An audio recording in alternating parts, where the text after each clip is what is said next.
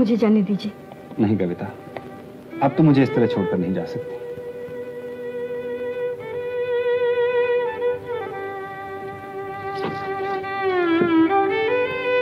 क्या चाहते हैं आप?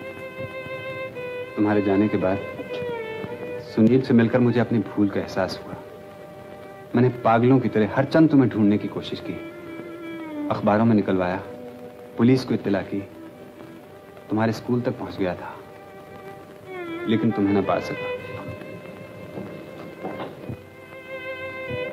आज 10 बरस के बाद तुम मुझे मिली हो। मैं तुम्हें लेने आया हूं कविता।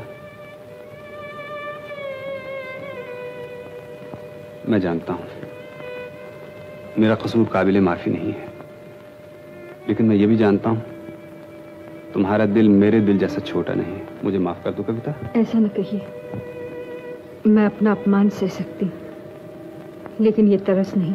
नहीं नहीं कविता, इसे तरस न समझो, ये मेरी प्रार्थना है। अगर माफ नहीं कर सकती तो जो सजा तुम देना चाहो मैं तैयार हूं, लेकिन परमात्मा के लिए मेरे साथ चलो। तुम्हारा घर और जो कुछ भी तुमसे छीना गया था, मैं सब कुछ वापस कर देना चाहता हूं। क्या वापस कर सकते हैं आप? क्या आप मेरी जिंदगी के खोए हुए 10 साल वापस कर सकते हैं? नहीं कविता, नहीं कर सकता, लेकिन यकीन करो, अगर तुम 10 साल दर बदर ठोकरें खाती रही हो, तो मैं भी घर के वीराने में भटकता रहा हूं। अगर तुम झूठे इल्जाम की आग में जलती रही हो, तो मैं भी पश्चाताप की आग में जलता रहा हूं। तुम्हारे वापस चलने से ही मुझे इससे छुटकारा मिल सकता है। घर चलो कविता।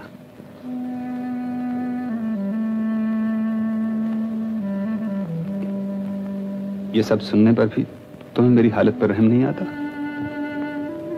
रहम? इस 10 बरस ने मुझे पत्थर बना दिया है, और एक पत्थर से रहम की उम्मीद नहीं की जा सकती। क्यों नहीं कविता? भगवान भी तो पत्थर ही के होते हैं। जब उनसे रहम की उम्मीद की जा सकती है, तो तुमसे क्यों नहीं? बताओ कविता, क्यों नहीं? क्योंकि मैं भगवान नहीं हूं। अच्छा कविता, तुम ठीक ही कहती हो। मैं इसी लायक। खैर, मेरा न सही, कम से कम रेणु का तो ख्याल करो, जो मां के होते हुए भी मां के प्यार से महरूम है। तुम नहीं जानती उसके दिल में तुम्हारे लिए कितना प्यार है, वो तुम्हारे लिए किस कदर तड़पती है। उसने तुम्हें अपने दिल में मूर्ति की तरह बसा रखा है, वो तुम्हारी पूजा करती है। मेरे कसूर की सजा उस बेचारी को मत दो। बीवी के नाते न सही, मां के नाते वापस चलो कविता। अगर मैं रेणु को उसकी मां से मिला सका, तो शायद मेरे पाप का कुछ प्रायश्चित हो जाएगा। तो तुम नहीं चलोगी, ठीक है। जबरदस्ती तो मैं कर नहीं सकता, वो अधिकार तो मैं खुद ही खो चुका हूं। अच्छा, जा रहा हूं, लेकिन जाने से पहले एक बात कहना चाहता हूं। एक दिन इन हाथों से मैंने तुम्हारी मांग में सिंदूर भरा था, मैं उसका मान न रख सका। आज इन्हीं हाथों से उसे मिटा देना चाहता हूं।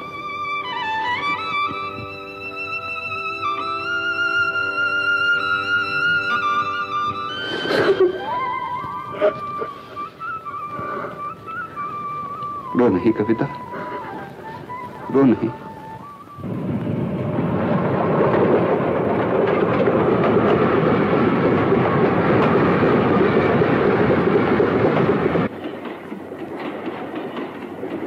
रेणु इस वक्त क्या कर रही होगी? सो रही हो? अच्छा, अब तुम भी सो जाओ, काफी देर हो गई। नहीं, आज मैं नहीं सोऊंगी। क्यों? सारी रात जागने का इरादा है क्या? अब तो मैं रेणु को सीने से लगाकर ही सोऊंगी। मुझे एक रात की नींद नहीं, 10 साल की नींद पूरी करनी है।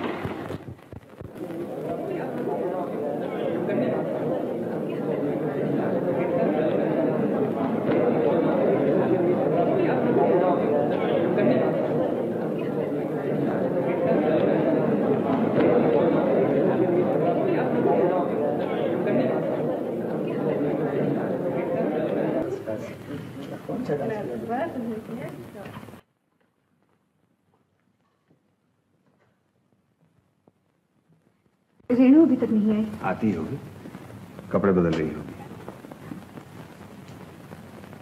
डैडी, वो देखो आ गई तुम्हारी बच्ची। हेलो। क्या हाल है मेरी बच्ची? डैडी आप कब आए? आपने मुझे बताया भी नहीं। कैसे बताता, मुझे वक्त ही कहाँ मिला। हमारे आते ही तो तुम्हारा खेल शुरू हो गया था। अच्छा ये बताओ, मेरे लिए इलाहाबाद से क्या लाए हो? आ गई ना मतलब की बात पे। देख, आज मैं तेरे लिए ऐसी चीज लाया हूँ जिसका तुझे ख्वाब में भी ख्याल ना आया होगा। अच्छा? जिसे पाकर तुम मुझे भी भूल जाएगी। क्या है डैडी, जल्दी बताओ ना क्या है। बताओ, सुन। रेणु, तो अपनी माँ को याद किया करती थी ना? पूछा करती थी मेरी माँ कैसी थी, मुझे कितना प्यार किया करती थी, याद है ना? आज उसी को लेकर आया हूं। यह है तेरी माँ।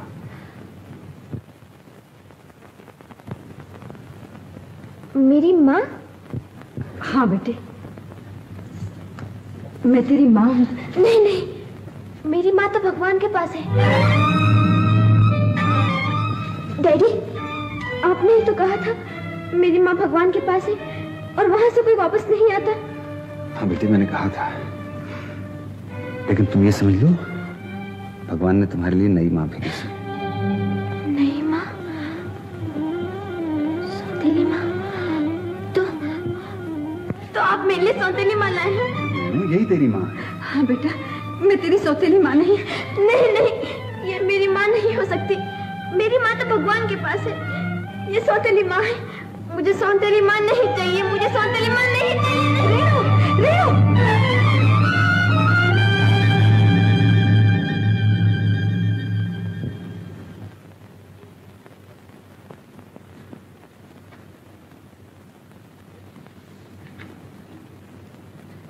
ये सब क्या हो गया? बात यह है कविता, उस एक्सीडेंट के बाद बहुत ढूंढने पर भी जब तुम नहीं मिली तो मजबूरन यही सोचना पड़ा कि तुम इस दुनिया में नहीं हो, और रेणु को भी यही बताना पड़ा कि तुम भगवान के पास जा चुकी हो। लेकिन अब तो आप सब कुछ बता सकते हैं। क्या बताऊं? फिर तो ये भी बताना पड़ेगा कि तुम घर से क्यों गई, कहाँ रही, वापस कैसे आ गई। क्या रेणु को ये सब बताना मुनासिब होगा? तो उसके मासूम दिल पर क्या असर पड़ेगा? तो मेरे बारे में क्या सोचेगी, तुम्हें क्या समझेगी?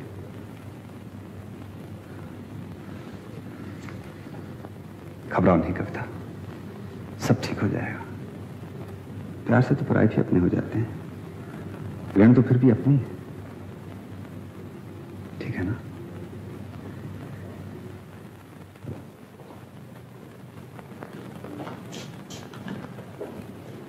कविता, आप इतनी जल्दी आ गए कोर्ट से? कोर्ट को तो आधी जिंदगी दे चुका हूं, अब तुम्हें भी तो कुछ वक्त दूं। देखो मैं तुम्हारे लिए क्या लाया हूं, पसंद है? ये क्या किया आपने? इन सब चीजों की मुझे क्या जरूरत? मगर मुझे तो है कविता। मैं तुम्हारी जिंदगी खोए हुए 10 साल 10 दिन में वापस कर देना चाहता हूँ। मैं तुम्हारे छोटे से आंचल को संसार भर के वरदानों से भर देना चाहता हूँ। सच तो ये है कविता, मैं आसमान से चांद और सितारों को नोच कर तुम्हारे कदमों में डाल देना चाहता हूँ। बस जाने दीजिए। मुझे न रोको। जब बरसों से सूखी हुई नदी में पानी आता है तो धारा बनकर नहीं, बाढ़ बनकर आता है। तुम्हारे आने से मेरी जिंदगी में खुशियों की बाढ़ आ गई है। जब तुम नहीं थी तब मेरे लिए ये घर वीरान था, मैं भटकता रहता था, दुकानों में नई नई चीजें देखता था, लेकिन मेरे हाथ रुक जाते थे। मैं सोचता था मैं किसके लिए खरीदूं, कौन है मेरा इस दुनिया में। लेकिन तुमने आकर मेरी जिंदगी को फिर से रोशन कर दिया। ये सब क्या कह रहे हैं? तुम नहीं जानती।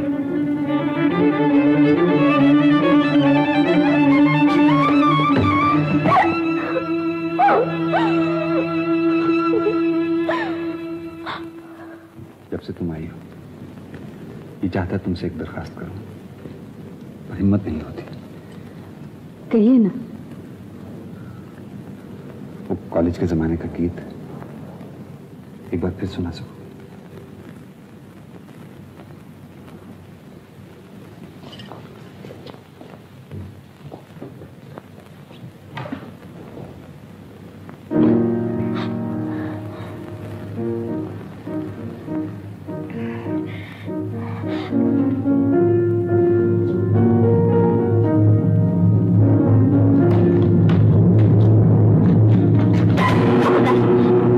माँ के पियानो को हाथ लगाया। रेणु, इन्हें मेरी माँ की किसी चीज को छूने का हक नहीं। डैडी, इनसे कह दीजिए मेरे माँ के पियानो को हाथ न लगाए। रेणु, तू ये क्या कह रही है?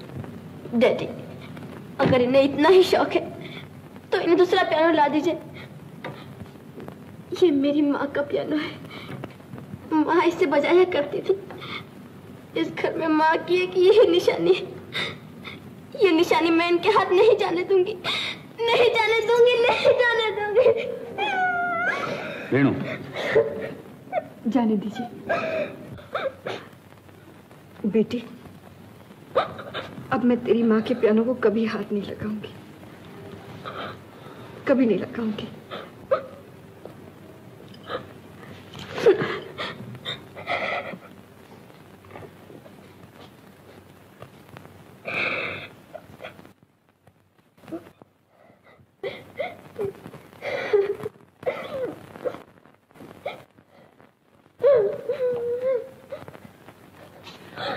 रेणु, उन्होंने कहा ना कि वो कभी हाथ नहीं लगाएंगी। बड़ों से ऐसा नहीं कहा करते। चल बेटी।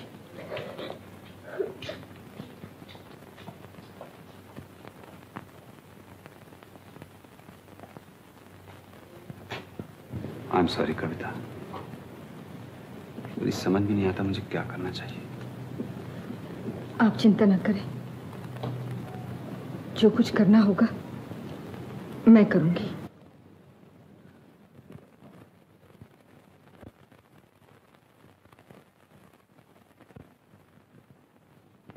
मालकिन, क्या है जमुना? मुझसे आपको दुख नहीं देखा जाता।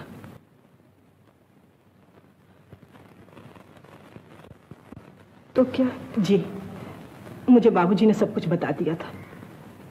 मैं ना जानती थी कि आपकी बच्ची आपके साथ ऐसा करेगी। ये तो मैं भी नहीं जानती थी, लेकिन इसमें उसका क्या दोष है? आप ठीक कहती हैं मालकिन, उस बेचारी का क्या दोष। जब से उसने होश संभाला है, माँ की जगह माँ की याद नहीं उसे बहलाया है, और अब वही याद उसकी असली माँ बन चुकी है। क्या किस्मत है, मेरी याद ने मेरी बच्ची को मुझसे छीन लिया। मेरी याद ही मेरी दुश्मन है। ऐसे न घबराइए मालकिन, सब ठीक हो जाएगा। मैंने एक तरकीब सोची है।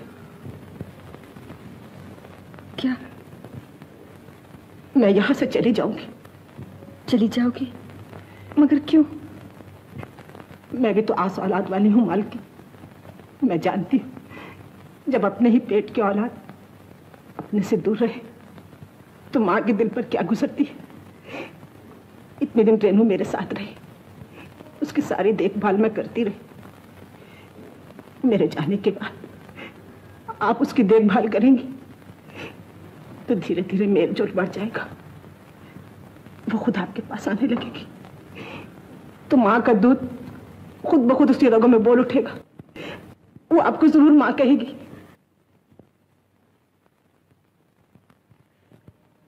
शायद तुम ठीक कहती हो,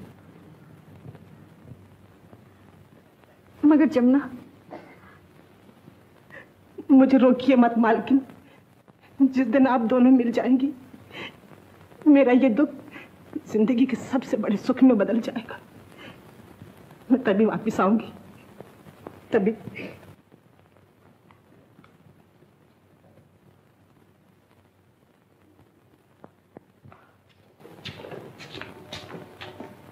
आया? अरे ओ आया, कहाँ चली गई? जल्दी खाना लगा, मुझे बहुत जोर से भूख लगी है।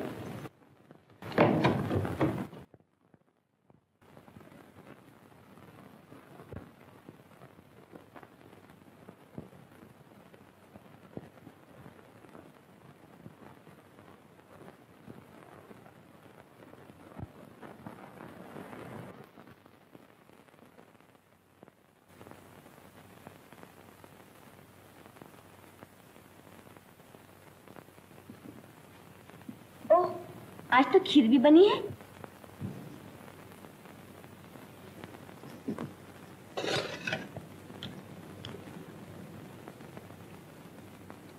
अरे वाह, आज तो बहुत अच्छी बनाई है।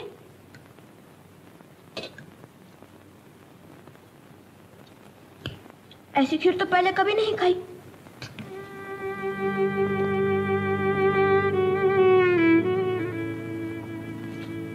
और आया, आज तो तेरे हाथ में जादू आ गया।